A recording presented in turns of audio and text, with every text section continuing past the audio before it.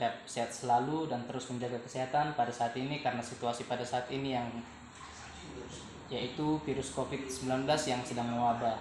Semoga kita tetap menjaga kesehatan atau protokol kesehatan dan Tuhan Yesus selalu memberkati kita. Baik, di sini saya sudah bersama dengan ibu guru saya dulu, Ibu A. Silvia Urup. Beliau adalah guru agama Kristen saya ketika saya bersekolah di SMA Negeri 1 Sidamanik. Di sini saya akan mewawancara beliau sesuai dengan arahan tugas ulangan tengah semester mata kuliah dogmatika yang diampu oleh Bapak Dr. Wendy Hutayan SE MTH. Baik, langsung saja kita mulai. Baik Bu, sekarang saya persilakan Ibu memperkenalkan diri. Terima kasih. Nama saya Arista Dori Sidoro, guru agama di SMA Negeri 1 Sidamanik. Dan saya mengajar di sini sudah mulai dari tahun 2004 sampai sekarang. Ya, cukup itu aja. Cukup. Ibu langsung saja ya Bu, berarti ke wawancara yang saya mau bersama Ibu. Baik Bu, di sini saya ingin bertanya kepada Ibu, dari mana Alkitab itu berasal dan apa isinya itu benar-benar terjadi Bu? Alkitab itu dimulai dengan istilah etimologinya, itu dari kata al dan kitab. Al artinya banyak dan kitab buku. Jadi Alkitab itu berarti banyak buku. Itu dari PL dan PB. PL itu ada 39 dan PB 27. Jadi jumlah semuanya 66 kitab. Dari kitab Kejadian sampai ke Wahyu. Kalau PL itu Kejadian sampai Merakhir. Perjanjian Baru itu dari Matius sampai Wahyu. Itu untuk dari Alkitabnya. Dan Alkitab itu PL itu ditulis dalam bahasa Ibrani. Dan penulisnya adalah orang-orang yang sudah dipilih oleh Tuhan, itu para nabi, di mana ada juga nabi besar dan ada nabi kecil. Ya. Dan kalau Perjanjian Baru ditulis dalam bahasa Yunani dan penulisnya itu adalah para murid Tuhan Yesus. Dikelompokkan dia ke sana, sekalipun memang yang paling banyak adalah Paulus. Ya, jadi termasuklah dia kepada murid-murid Tuhan Yesus. Bisa Bu, dan apa isinya benar-benar terjadi? Apakah isinya Isi benar-benar? Alkitab itu benar-benar terjadi? Iya, benar-benar terjadi. Itulah kuasa daripada Tuhan. Tuhan sudah memilih orang-orang yang diurapinya sehingga itu dituliskan dan itu benar terjadi. Itu bukan dongeng. Dari dulu, sekarang, besok, bahkan sampai selama-lamanya. Langit dan bumi akan berlalu, tapi firman Tuhan tidak akan berlalu. Yaitu, dan saya lanjutkan. Dan pertanyaan saya yang berikutnya itu, siapakah Allah itu? Bagaimana sifat-sifat Allah itu Bu? Allah itu adalah Allah yang menciptakan langit dan bumi. Dia adalah Allah yang luar biasa, yang memiliki kekuatan, yang empunya semuanya dalam seluruh kehidupan ciptaannya, manusia secara khusus, karena manusia adalah mahkota ciptaan Allah. Jadi Allah itu tidak bisa digambarkan, oh dia itu seperti ini, tidak bisa.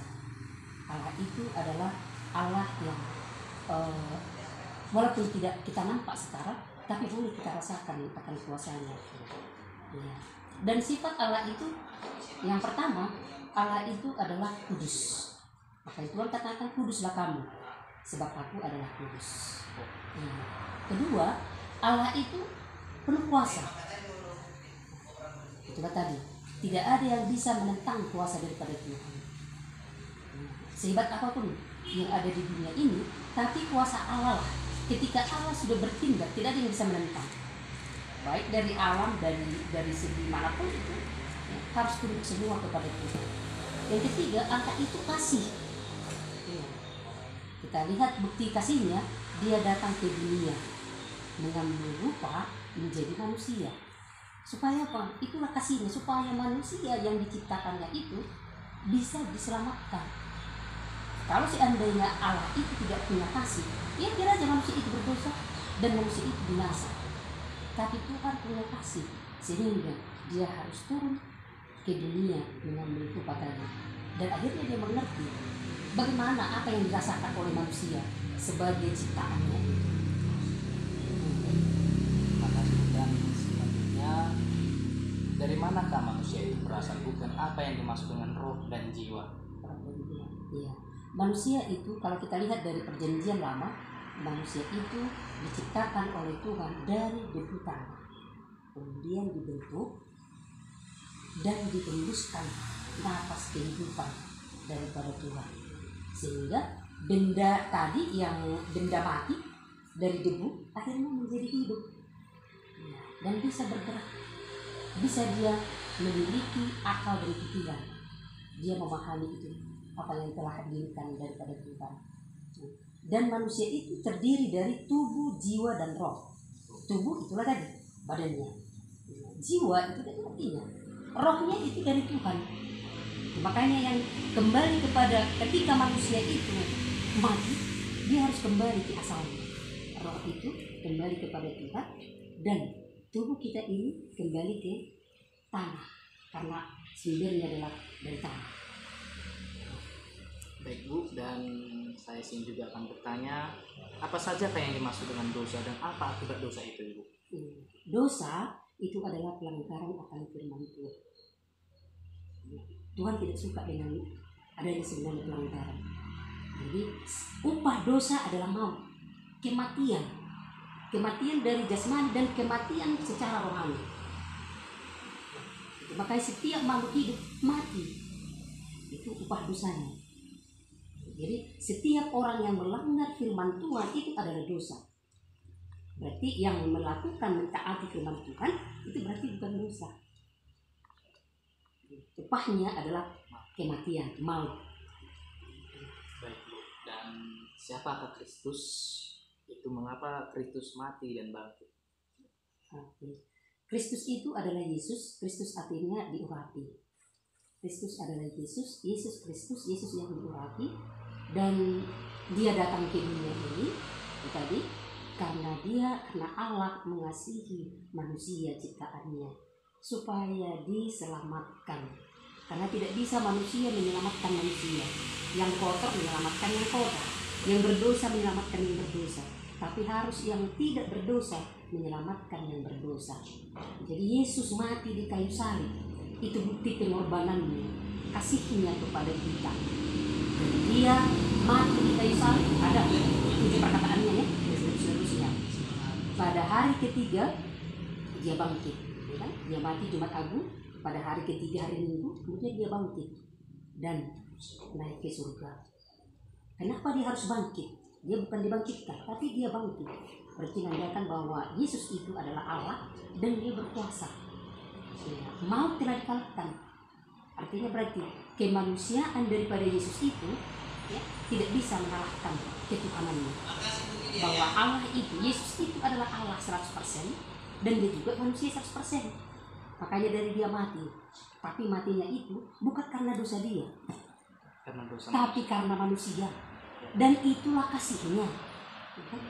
Ya, supaya manusia itu selamat. Dia bangkit dan naik ke surga. Kebangkitan itu artinya berarti kemenangan. Iblis telah dikalahkan dan Yesus telah menang. Yang berarti pengikutnya pun harus bangkit dan menang. Tidak lagi di dalam dosa. Jadi ketika 3 hari itu gimana kayak Yesus? 3 hari ya, ketika dia mati kan 3 hari baru bangkit, gimana kayak Yesus? Karena banyak yang bertanya-tanya pasti kemana Yesus selama 3 hari setelah kematian. Jadi di selama dalam 3 hari itu Yesus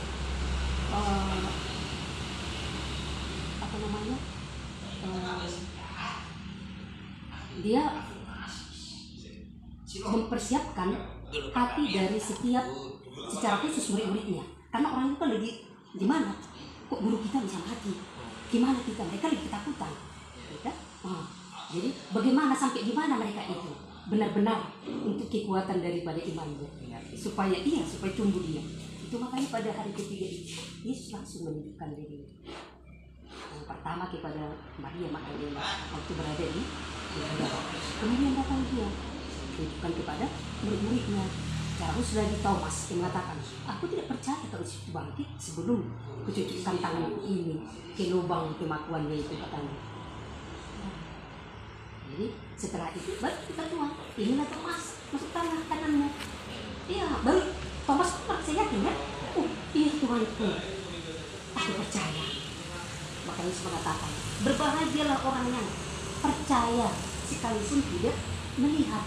Artinya ketika itu masuk dari sekarang ini, kita nggak lagi menuntut mana Yesus itu, nggak pernah lihat kok, mana buktinya. Nah, itu yang digenapi oleh Yesus, supaya memang ketakutan, keyakinan dari para muridnya, orang-orang lagi yang semua sudah bersorak-sorak, sudah mati Yesus itu, berarti raja orang apa itu udah mati, nggak ada lagi ini. Sehingga tepat pada hari kemenangan, hari Minggu, hari yang dikuduskan, Yesus pun menunjukkan kemenangannya, sehingga semuanya menjadi aman, damai ya. Luar biasa, benarnya rupanya. Benar ini Yesus, iya. Bukan lagi saya hanya kata-kata, saya adalah Yesus. Ia Tuhanku dan Tuhanku, kata mereka. Jadi itulah pembuktiannya bahwa memang firman Tuhan itu iya dan amin. Itu tidak dongeng, tapi itu pasti. Dan kejadiannya benar. Ada saksi hidupnya, ada murid Tuhan Yesus di situ. Ketika mereka sedang di dalam perahu, ada angin ribut, ya kan? Mereka bersama di situ, berarti ada saksi hidup. Oh, gurunya ada, muridnya ada. Bukan hanya 1-2 orang. Itu mereka akan menulis Matius, Markus, Lukas, Yohanes. Supaya memang benar-benar kenyataannya itu. Dan inti daripada teks itu ya, mereka tulis pribadi-pribadi ya kan. Ini menunjukkan kebenaran bahwa memang benar-benar Yesus itu adalah Tuhan. Dan sekarang saya ingin bertanya dengan Ibu, bagaimana cara kita manusia agar dapat selamat dan masuk ke surga, menerima keselamatan seperti itu? Iya, puji Tuhan. Jadi kita harus benar-benar kembali ke firman Tuhan. Direnungkanlah firman Tuhan itu dengan sungguh-sungguh. Banyak firman Tuhan di situ yang merubah hati kita. Karena firman Tuhan itu adalah pelita dan terang bagi jalan kita. Firman Tuhan itu mendidik kita untuk menyatakan kesalahan kita, untuk memperbaiki kelakuan kita, supaya kita bisa berjalan sesuai dengan kehendak Tuhan. Yohanes mengatakan, bertobatlah sebab kerajaan surga sudah dekat. Yang berarti hari demi hari kita dibersihkan, tinggalkan hidup yang lama, kembali kepada hidup yang baru. Sehingga ketika Tuhan ada dalam pihak kita, ya berarti keselamatan ada bagi kita. Kalau kita menyimpang dari firman Tuhan, bagaimana keselamatan bisa ada dalam hidup kita kan? Makanya setiap hari, setiap detik, menit, kita harus memang punya hubungan yang intim dengan Tuhan. Selalu bersyukur. Libatkan Tuhan dalam setiap kehidupan kita. Karena di luar daripada Tuhan, kita tidak bisa, kita tidak dapat berbuat apa-apa. Itu dari Yohanes 15. Kita harus melibatkan Dia dalam segala seluk-beluk kehidupan kita. Baik kecil, yang besar aja lah sama Tuhan. Yang kecil nggak usah. Oh no. Semua dari ujung rambut sampai ke ujung kaki, masalah besar kecil, Tuhan inilah rencanaku, Tuhan inilah kehidupanku, Tuhan inilah aku. Ya Tuhan kenal siapa kita. Ya, kalau mungkin orang tua yang sudah melahirkan kita belum tentu kenal kita secara mendalam. Bahkan masa depan kita, mereka tidak tahu. Bahkan bagaimana sampai usia berapa tahun kita hidup, mereka tidak tahu. Tapi Tuhan tahu. Itu makanya harus kita memiliki hubungan yang intim dengan Dia, yang dekat dengan Dia. Henokh sangat luar biasa sampai dia bergaul akrab dengan Tuhan. Ya, ketika kita sudah akrab dengan Dia, otomatis keselamatan kemana lagi pasti kita miliki. Sekalipun mungkin kita akan mendapat kesusahan, penderitaan, cercaan, hinaan dan yang lain-lain karena kebenaran dari firman Tuhan. Harus memang itu kita alami, karena Yesus pun sudah mengalaminya terlebih dahulu untuk mengambil, untuk mendapat kemenangan itu tadi. Jadi pertanyaan sekarang, jadi gimana Bu orang-orang yang berdosa? Apakah mereka layak yang seperti mereka Kristen? Mereka dibaptis dan menerima keselamatan, itu kan baptis keselamatan. Apakah mereka layak untuk masuk surga? Misalnya mereka sepanjang hidupnya itu berdosa sampai mati masih berdosa, seperti itu Bu. Apakah mereka layak? Itulah isi Tuhan. Hanya Tuhanlah dengan mereka nanti. Bagaimana mereka selama dalam kehidupannya? Kenakah mereka dengan Tuhan atau tidak? Apakah mereka mengandalkan Tuhan atau tidak? Makanya katakan, diberkatilah orang yang mengandalkan Tuhan dan terkutuklah orang yang mengandalkan kekuatannya sendiri.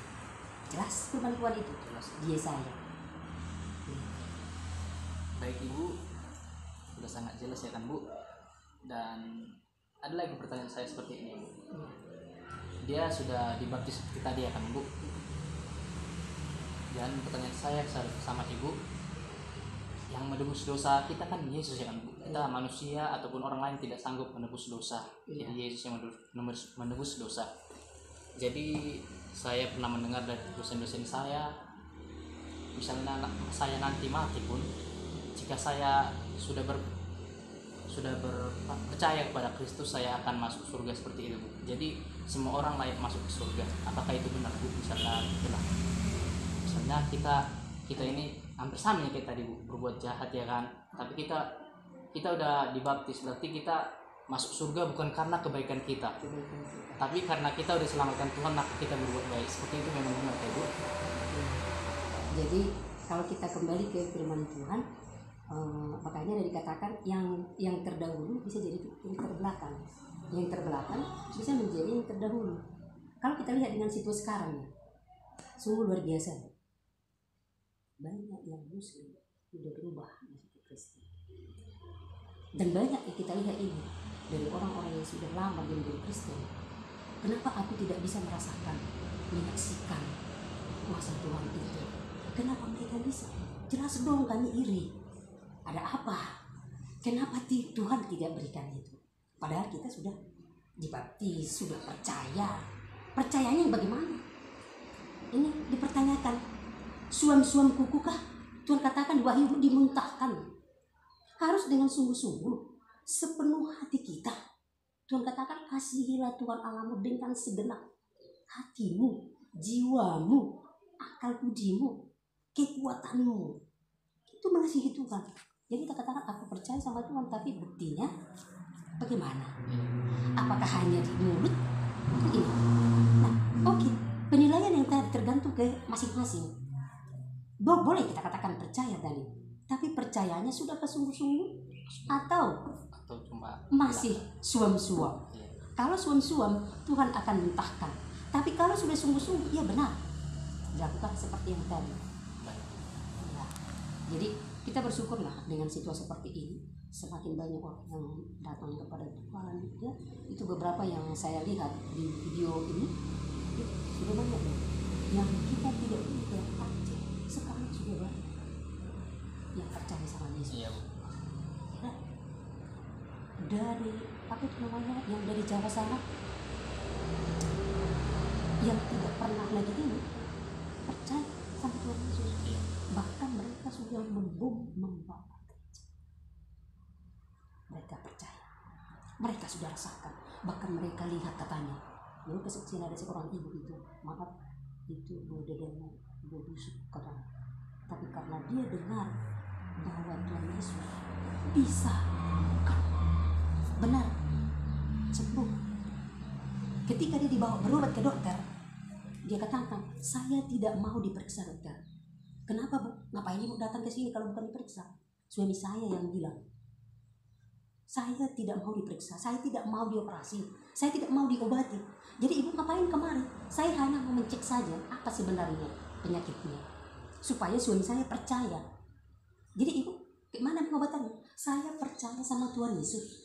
Loh, iya, saya juga orang Kristen, kata dokter itu. Benar, terjadilah sesuai dengan apa yang kamu imani. Kalau memang Ibu percaya sama Tuhan Yesus bisa menyembuhkan, pasti sembuh. Saya ini sebagai alat Bu, ilmu dari Tuhan saya terima. Baru apa yang saya tahu, saya periksakan sama Ibu. Soal kesembuhannya, benar, terjadilah sesuai dengan apa yang Ibu imani. Mereka pulang, benar, tidak jadi, tidak bawa obat, tidak dioperasi. Harusnya dari segi penyakitnya dia harus dioperasi, tapi tidak jadi dioperasi. Sampai di rumah dia berdoa. Apa yang diambil? Minyak goreng diambil dan didoakan. dengan iman yang sungguh-sungguh tadi, itu percaya tadi ya, tidak setengah-setengah. Benar yang terjadi, tidaknya, benarnya, iyanya atau tidak, bukan, tapi dengan yakin, Tuhan dengan minyak ini kuoleskan, aku akan sembuh. Benar, sembuhnya. Sampai suaminya juga mengatakan, apa Yesus itu? Tuhan orang kafir, ngapain kau datang situ berdoa? Tidak, kalau kau tidak percaya, juga harus kita cerai. Saya sudah rasakan kuasa dari Yesus itu dalam hidupku, kata si ibu tadi. Ya saya buktikan. Kalau memang benar seperti itu, ya udah, berarti rumah sakit tidak akan ada lagi, karena bisa minyak goreng kok menjadi obat, katanya. Sesuai dengan imannya, kata si ibu ini. Percaya atau tidak? Saya percaya. Akhirnya apa? Kesembuhan terjadi, benar-benar itu. Kalau benar kau sembuh, saya pun ikut dengan Tuhan Yesus itu, kata suami. Benar. Dan benar terjadi. Iya, nggak sampai 1 bulan penyakit itu sembuh. Kalau dokter mengatakan dia tidak akan bisa punya anak, tapi sampai 4 anak bisa dengan situasi seperti tadi. Dan ini apa terjadi? Si ibu ini selalu datang ke gereja beribadah, menunjukkan bukti imannya, bukti percayanya kepada Tuhan. Dia duduk beribadah, 01 kursi jantingnya. Si ibu ini percaya, suamiku harus duduk di sampingku ini. Dia percaya walaupun tidak ada orangnya di situ. Iya. Karena tadi masih dalam kontrak. Iya. Ya. Tapi saya berdoa, Tuhan, suamiku pasti ada duduk di sampingku ini. Tanpa harus diajak-ajak, ayo kita ke gereja. Dia sendiri benar, tidak berapa lama. Kalau begitu, ayo kita beribadah. Benarlah kepada Tuhan Yesus dan percaya. Jadi banyak yang ikut sama Tuhan, banyak yang percaya. Bukan hanya mereka, orang tua, keluarga, dan yang lain sebagainya. Bukan tidak banyak tantang yang banyak. Ngapain percaya kepada kafir? Orang kafir itu najis, itu kotor dan sebagainya. Tapi mereka yang sudah merasakan kuasa Tuhan, percaya dengan sepenuh hatinya. Ya. Hal yang luar biasa. Bagaimana tentang percaya tadi? Harus dengan sungguh-sungguh, tidak setengah-setengah hati. Untuk kita mendapat keselamatan berarti harus dengan sungguh-sungguh. Jangan yang belakang nanti jadi terakhir. Ya kan? Yang di depan jadi ke depan, ke belakang. Kita duluan mulai lahir sudah menjadi Kristen, tapi banyak yang sungguh-sungguh, tidak sungguh-sungguh. Baik Ibu, dan selanjutnya apakah yang dimaksud dengan gereja Ibu, dan siapa saja pelayan gereja? Siapa saja pelayan gereja? Itu adalah persekutuan orang-orang percaya. Dan gereja itu sebenarnya hanya gedung. Gereja itu bukan lagi gedungnya, tapi sekarang kitalah gereja itu. Dan pelayan yang ada di dalam gereja itu, ada pendetanya, ya kan, ada sintuannya, di delfronya, orang-orang yang sudah dipanggil lah, yang sudah ditentukan untuk melayani di gereja. Baik dari guru sekolah minggu, mulai dari kecil lah, guru sekolah minggu anak-anak, ya kan, pada remaja, pada orang tua, bapak-bapak dan ibu-ibu. Dan mereka pun yang sudah ditetapkan untuk melayani, berarti mengkhususkan dirinya untuk melayani jemaat yang begitu banyak. Bukan hanya omongan aja melayani, hanya sekali seminggu di mimbar. Mereka harus mengunjungi, melayani setiap keluarga-keluarga, apa yang mereka alami dalam setiap kehidupannya. Iya.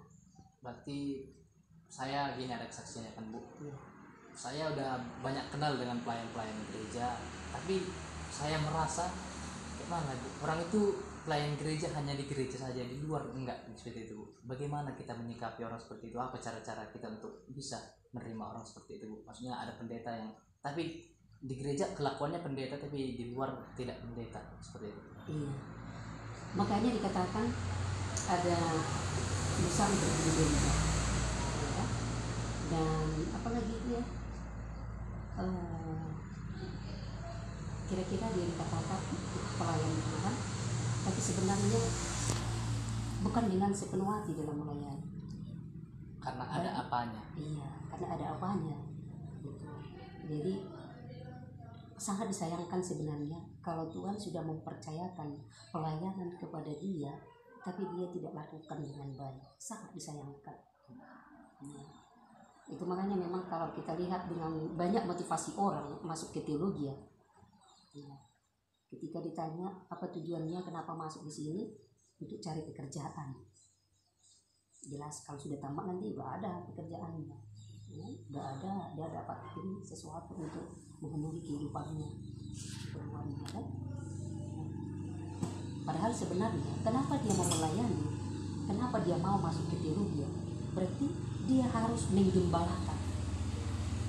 Seperti yang dikatakan oleh Tuhan sebelum dia naik ke surga, gembalakanlah domba-dombaku. Gembalakanlah domba-dombaku. Berarti menggembalakan bukan hanya mengasihi gitu aja. Ada gembala baik, ada yang tidak baik. Nah, Yesus mengatakan akulah gembala yang baik. Harusnya kita mencontoh kehidupan Yesus itu. Yesus berada di depan, jadi pemimpin untuk membawa semua jemaatnya, muridnya, kan itu. Dan ketika mereka ini bergabung, dia perhatikan bagaimana kehidupan setiap muridnya. Bukan satu profesi semua, dari 12 muridnya. Dan mungkin jemaat ya yang mengikuti dia ketika dia berkhotbah, melayani. Bahkan ketika mereka dalam kelaparan, Yesus memberikan 5.000 orang makan ya. Tuhan cukupkan. Jadi sebenarnya gembala itu, pelayan itu haruslah menjadi gembala yang baik kepada semua jemaat. Tidak bisa hanya sekali seminggu.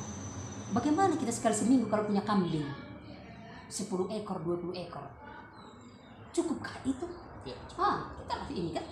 Berarti harus kita perhatikan apa kebutuhan mereka. Kenapa mereka tidak datang ke gereja? Pernahkah itu ditanya? Mungkin tidak. Ya. Siapa yang banyak uangnya itu yang dekat. Yang sering kasih bantuan seperti itu. Iya. Berarti ada yang dipilih kasih loh. Ada pilih kasih. Yang kurang mampu tidak diinikan, diabaikan. Padahal itu adalah anak Tuhan. Itu juga adalah milik Tuhan, ciptaan Tuhan. Di mana fungsi dari pelayannya? Begitu. Ya, jadi sangat kita sayangkan sebenarnya kalau kita memang punya naluri, punya suatu konsep yang ini kepada jemaat yang lain, ada baiknya memang kita sampaikan kepada pelayan Tuhan itu, ya bagaimana supaya ini, makanya supaya ada masukan bagi mereka. Kalau mereka dengar, ya puji Tuhan. Kalau tidak, urusan dia lah dengan Tuhan. Bagaimana pertanggungjawaban dia kepada Tuhan? Karena Tuhan nanti menanya loh, kemana kau bawa? Sudahkah kau layani gembalaku itu, domba-dombaku itu? Atau tidak? Dibiarkan begitu saja menjadi sia-sia. Kita tidak tahu loh usia kita, batas kehidupan kita. Padahal Tuhan kasih kesempatan bagi kita. Nah, itulah yang diharapkan secara jujur juga ya, karena saya dari alumni teologi ya, banyak yang saya dengar seperti itu. Enak di sini. Dari luarnya yang tidak benar. Puji Tuhan banyak juga yang bertobat setelah masuk di dalam, tapi banyak yang tidak bertobat. Nah, bagaimanalah jemaat yang dibawanya seperti itu? Sangat disayangkan. Kan berarti masuk ke kebinasaan lah. Dan firman yang disampaikan pun mungkin tidak akan berkuasa. Tapi ketika dia mempersiapkan diri dengan baik, Tuhan, inilah aku mau melayani, menyampaikan firman, karena firman Tuhan yang mau kita sampaikan, bukan firman kita, bukan perkataan kita. Firman Tuhan yang mau disampaikan kepada setiap umat Tuhan, anak-anak Tuhan, supaya mereka hidup di dalam Tuhan, tidak gersang. Dan itu otomatis dia, ketika firman ada dalam kehidupannya, keluarga itu pun diberkati. Jadi gembala, pendeta, pemimpin diberkati, otomatis semua ini diberkati. Sama dengan yang tadi itu. Ketika kita punya kambing, punya domba, kita pelihara dia, kasih makan, kasih minum, mungkin ada yang sakit-sakit, kita kasih obatnya. Iya, kita senang. Dan mungkin pun mereka akan senang. Ketika kita panggil, mereka pun akan kenal dengan suara kita. Jangan-jangan kita buat namanya satu persatu. Ya, kau ini namamu, kau ini si Birong, kau ini si Landong, kau si Coklat. Ya. Dan mereka pun pasti kenal. Walaupun mungkin kita tidak ketemu dengan dia, hanya suara kita. Landong, itu adalah Tuhanku. Pasti tahu dia. Tidak harus dengan face to face. Kenapa? Berarti karena dekat. Karena sudah saling satu hati, satu rasa, satu iman. Dan diikat oleh Tuhan. Tuhan yang mengikatnya. Menjadi ada sukacita yang baru. Terberkatilah semuanya. Baik, Bu. Oke, langsung saja. Oke, pertanyaan berikutnya saya ingin menanyakan kepada Ibu, siapa malaikat itu, Bu, dan siapakah iblis itu? Ya. Malaikat itu adalah ciptaan Tuhan yang dibuat dari api. Dan mereka itu bertugas untuk melayani Tuhan. Nah, jadi sudah seperti dayang-dayang lah itu ya. Iya, Ibu. Oh, melayani Tuhan, apa yang diperintahkan oleh Tuhan. Ya.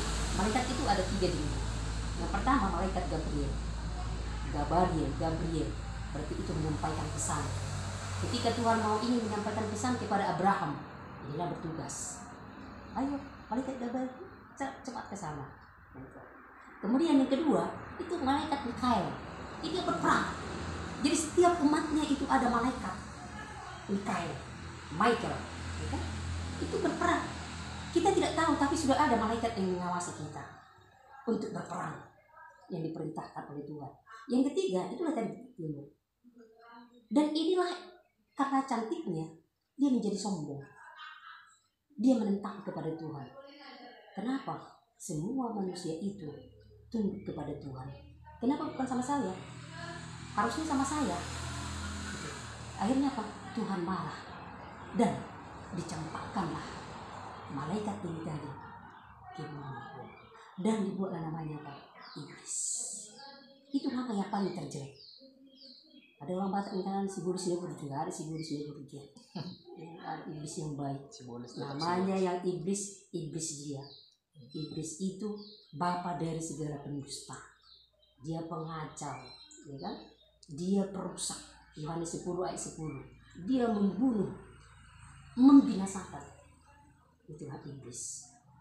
Supaya apa? Tidak lagi tunduk kepada Tuhan. Supaya tunduk sama dia mengacaukan. Jadi Tuhan izinkan itu ada sampai sekarang. Supaya memang ini. Karena tadi Tuhan sudah berikan kebebasan kepada manusia untuk memilih. Ada pengetahuannya. Ada akal pikirannya. Mana yang baik dan tidak baik. Kita nggak robot. Sini, jangan ke situ kamu. Tidak. Sama dengan manusia pertama Taman Eden.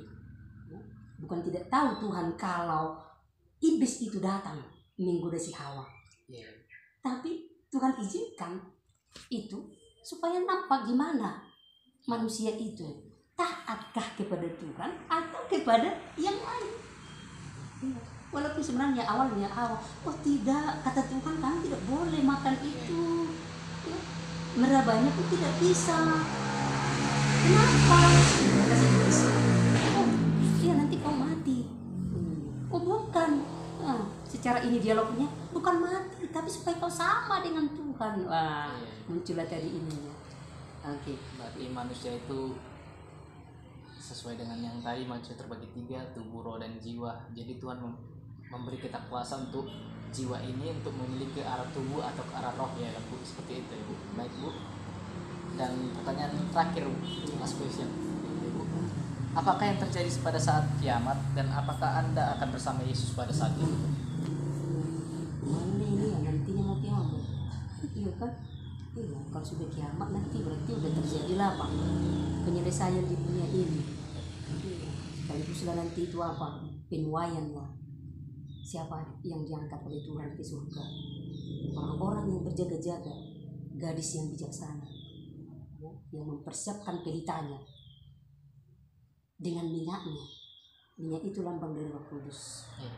Ya, supaya apa? Kita dipenuhi dengan Roh Kudus. Orang-orang yang sudah berjaga-jaga, bersiap-siap, itulah yang dibawa ke surga. Berarti yang tidak ikut tinggallah di bumi ini. Masa nanti apa? Adanya penyiksaan, penganiayaan, muncullah nanti antikris. Ya, apa kita persiapkanlah. Ya, jadilah kita menjadi pelayan Tuhan dimanapun kita berada. Semua nanti yang Muslim, yang di luar dari Kristen, itu nanti akan menjadi lawan kita. Kalau kita tertinggal di dunia ini,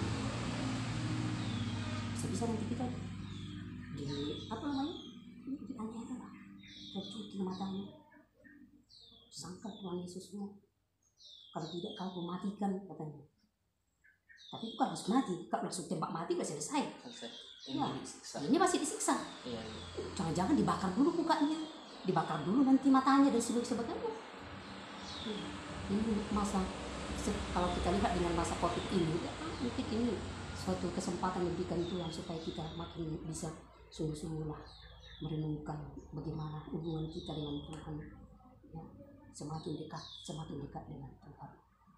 Ya, kiranya kita hidup dengan Tuhan lah, masuk ke surga, itu harapan kita, diangkat oleh Yesus. Ya, diangkatlah, ya kan? Aduh, betapa enaknya daripada tinggal di dunia nanti dikejar-kejar, dianiaya, di penjara, bisa nanti dikampak satu ini, hanya sedangkan terboros saja tidak bisa di sini. Aduh, sakit kali, dipotong nanti sedikit ini, ya namanya disiksa ya. Nah, potong satu, potong ini, congkel dulu matanya, atau nanti ininya, yang lain nanti dan sebagainya. Ya, jadi biarlah kita dengan Tuhan Yesus semua, anak-anak Tuhan yang percaya. Tadi, apakah Anda akan bersama Yesus pada saat itu? Yakinkah Ibu seperti itu? Iya, itulah keyakinan saya. Karena segalanya adalah Tuhan. Saya boleh ada sampai hari ini adalah karena Tuhan. Dan segala sesuatu yang saya miliki itu adalah dari Tuhan. Baik Bu, nampaknya pertanyaan-pertanyaan saya sudah selesai ya Bu. Saya mengucapkan banyak terima kasih kepada Ibu sudah membantu saya dalam wawancara ini. Kiranya keluarga dan Ibu semua diberkati ya Bu. Amin. Semoga rezeki dan berkat-berkat Tuhan selalu limpah pada Ibu. Terima kasih. Ya.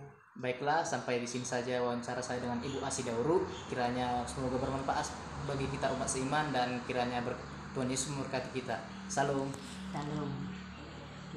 Tuhan berkati. Salam sejahtera. Salam sejahtera untuk kita semua. Semoga kita tetap sehat selalu dan terus menjaga kesehatan pada saat ini. Karena situasi pada saat ini yaitu virus COVID-19 yang mewabah. Semoga kita tetap menjaga kesehatan dan Tuhan Yesus selalu memberkati kita. Baik, di sini saya telah bersama dengan adik siswa dari salah satu SMA di Sidamanik. Dan di sini saya akan mewawancarai adik ini untuk memenuhi tugas saya, itu wawancara sesuai dengan arahan tugas ulangan tengah semester mata kuliah dogmatika yang diampu oleh Dr. Wendy Hutahayan, SE MTH. Baik, langsung saja kita mulai. Silakan perkenalkan diri, Dik. Shalom bagi kita semua. Nama saya Rina Rifkan Sesturus. Saya duduk di kelas 12 SMA Negeri 1 Sidamani, yaitu jurusan IPS. Saya tinggal di Emplacement Babutong, Sidamani, Simalungun. Baik, terima kasih untuk adik. Baiklah, sekarang langsung saja abang akan memberikan sebuah pertanyaan atau beberapa pertanyaan bersama adik ya. Baik, pertanyaan pertama, dari manakah Alkitab berasal dan apa isinya itu benar? Menurut saya ya, Alkitab itu berasal dari Allah dan isinya itu pasti benar. Baik, yang berikutnya, siapakah Allah itu? Bagaimana sifat-sifat Allah? Allah itu Tuhan yang menciptakan kita. Allah itu pasti baik, murah hati dan mengasihi semua umat manusia. Baik. Oke, sekarang pertanyaan lanjut lagi ya. Pertanyaan berikutnya, dari mana manusia berasal dan apa yang dimaksud dengan roh dan jiwa? Manusia berasal dari Allah, roh dan jiwa berasal juga dari Allah. Semua yang ada pada manusia itu semua berasal dari Allah. Baik, terima kasih Dik. Baiklah, sekarang pertanyaan saya yang berikutnya, apa saja yang dimaksud dengan dosa dan apa akibat dari dosa? Bagi saya dosa itu adalah sebuah kesalahan yang diperbuat oleh manusia, yang dilakukan secara niat atau tidak sengaja. Upah dosa adalah maut, seperti yang ditulis di Alkitab. Baik, pertanyaan selanjutnya, siapakah Kristus itu? Mengapa Kristus mati dan bangkit? Kristus itu anak Allah. Kristus mati untuk menebus dosa manusia dan Kristus bangkit untuk menyelamatkan umat manusia. Baik, terima kasih adik. Baiklah, saya akan lanjutkan ke pertanyaan berikutnya. Baik, bagaimana cara manusia dapat selamat dan masuk ke dalam kerajaan surga? Cara manusia yaitu percaya pada Yesus Kristus dan selalu hidup dalam Kristen agar mendapat keselamatan yang kekal. Baik, terima kasih. Baik, pertanyaan selanjutnya, apa yang dimaksud dengan gereja dan siapa pelayan gereja? Gereja itu bukan sebuah bangunan atau gedung. Gereja itu adalah orangnya. Gereja adalah tempat beribadah, dan gereja tempat orang-orang beriman percaya kepada Tuhan Yesus Kristus. Baik, dan siapa pelayan gereja? Siapa pelayan gereja itu? Pelayan gereja adalah jemaat gereja itu sendiri. Baik, terima kasih. Baik, pertanyaan selanjutnya, siapakah malaikat itu dan siapa iblis itu? Malaikat